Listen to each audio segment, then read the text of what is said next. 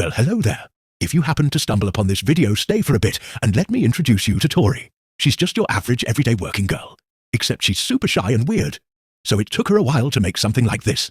Look at her, putting on her makeup to cover up the fact that she was up till the wee hours of morning binge reading her latest book.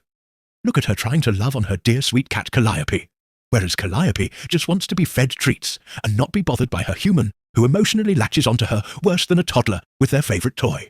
Ah yes, gotta have that energy drink, so as to not walk around the office like a mindless zombie all day. It's truly a struggle most days for her to even get to the coffee maker without succumbing to the exhaustion. Look at her go heading off to the office on her grueling 5-minute drive. I know it's a lengthy drive, but she makes it work putting in these miles so her cats can have a roof over their heads and food in their bellies. Here she is in her semi-natural habitat she likes to call her office, which is basically an ad for the colour pink. Like, come on girl, there are other colours out there to choose from. There she goes chugging away at her Alani like it's going to vanish along with her sanity. Speaking of sanity here, she is giving herself a pep talk before the day's work commences. Oh, look at her go click-clacking away at her Pepto-Bismol keyboard, like her life depends on it. Because honestly, it kind of does. Those books aren't going to pay for themselves, you know. Look at her giant pile of work to do. You can tell she loves her job.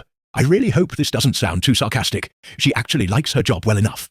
Look, she even gets to use a typewriter, which is pretty neat if you ask me.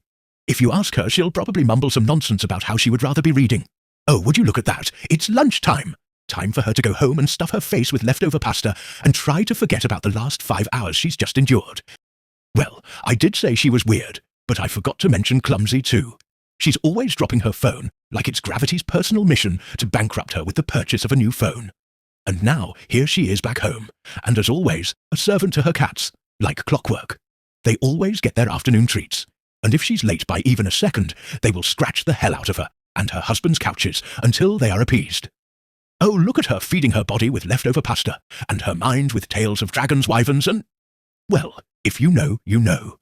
And alas, we're back on the road to work. That hour for lunch goes by in the blink of an eye, when you're faced with the dread of having to leave your house for the second time that day. And like clockwork, she's gone and dropped us again. I think I'm going to have to sue for emotional and physical damage at this point.